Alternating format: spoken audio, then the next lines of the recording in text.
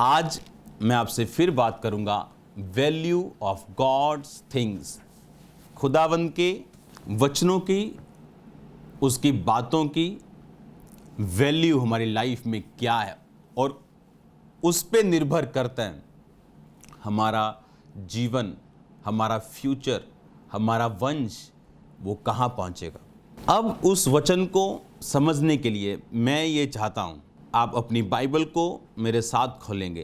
पहली चीज़, आपकी लाइफ में आप क्या वैल्यू रखते हैं। खुदावंद की चीज़ों के लिए कितना कोई बड़ा पाप था जो आदम और हवा का सिर्फ एक फल खाया था जो परमेश्वर ने खाने के लिए मना किया था और वो श्रापित हुए। बाइबल कहती पृथ्वी श्रापित हुई, सांप श्रापित हुआ, शैतान श्रापित हुआ। अब एक जगह मैं आपका ध्यान लेके जाना चाहूंगा। आप खोलेंगे पहला इतिहास, उसकी 5 बाब, उसका 1 आयत मैं से पढ़ूंगा। हमारे पास इंग्लिश में भी हैं। इज़राइल का जेठा तो रूबेन था, परंतु उसने जो अपने पिता के बिछोने को अशुद्ध किया, इस कारण जेठे का अधिकार इज़राइल के पुत्र यूसुफ के पुत्रों को दिया गया। वंशावली जेठे के अधिकार से अनुसार वही ठहरी। हम जानते हैं कि इज़राइल यानी याकूब का जो बड़ा सबसे बेटा था वो रूबेन था। पुराने समय में सबसे अधिक प्रॉपर्टी आज की तरह नहीं होती थी कि अगर 2 बेटे हैं तो दोनों को बराबर, अगर 3 बच्चे हैं, 2 बेटे 1 बेटी, तीनों को बराबर। वैसे पुराने टाइम में नहीं होता था।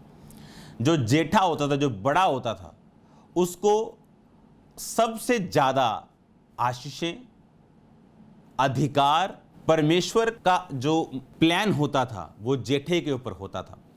इसीलिए परमेश्वर ने कहा था कि अपने जेठे बेटे को तुम छुड़ौती दे के छुड़ा लेना और सब जानवरों के जेठे बेटे को तुम मेरे लिए अर्पण कर देना, पर अपना बेटा तुम कभी भी अर्पण या बलि मत करना। उसके बदले तुम गदहा देना। उसके बदले परमेश्वर ने नियम ठहराए थे, क्योंकि जेठा हमेशा मेरा होगा और जेठे के ऊपर हमेशा परमेश्वर का प्लान रहता था। इसीलिए शमूएल नबी जब मसा करने के लिए यिशै के घर गया तो यिशै ने सबसे पहले अपना सबसे बड़ा बेटा उसे दिया। ऐसा नहीं होता था कि सबसे बड़ा बेटा बाद में आए और बीच वाला पहले चला जाए, छोटा पहले चला जाए। जब उसको परमेश्वर अयोग्य करार करता गया और अगला आता गया और अगला आता गया, जब तक कि दाऊद ना आ गया और परमेश्वर ने कहा यही है वो। जबकि परमेश्वर का मास्टर प्लान दाऊद के ऊपर नहीं बल्कि उसके सबसे बड़े भाई के ऊपर था। लेकिन बाइबल कहती परमेश्वर ने कहा मैंने इसे अयोग्य करार दिया। इसका मतलब परमेश्वर उसे परख चुके थे। इज़राइल का जेठा तो रूबेन था। बाइबल कहती उसने अपने पिता के बिछोने को अशुद्ध किया। वो अपने पिता की, आप लगा लो कि पत्नी के साथ, उसकी रखेली के साथ वो सोया, व्यभिचार किया। इस कारण बाइबल कहती जेठे होने का अधिकार उससे छीन लिया गया। लेकिन उसके दूसरे भाई भी थे, शिमोन भी था, लेवी भी था। उनको वो अधिकार क्यों नहीं मिला? क्योंकि उन सब ने यूसुफ को बेचने के लिए अपना हाथ लगाया था, बल्कि मारने के लिए अपना हाथ लगाया था। रूबेन ने कहा था इसको गड्ढे में डाल दो, मारो मत। यहूदा ने उसको मरने से बचाया और उसको बेच दिया। इसीलिए बाइबल कहती है कि अगर आप उसकी अगली आयत पढ़ें, यहूदा दूसरे नंबर पर रहा और अपने भाइयों पर प्रबल हो गया।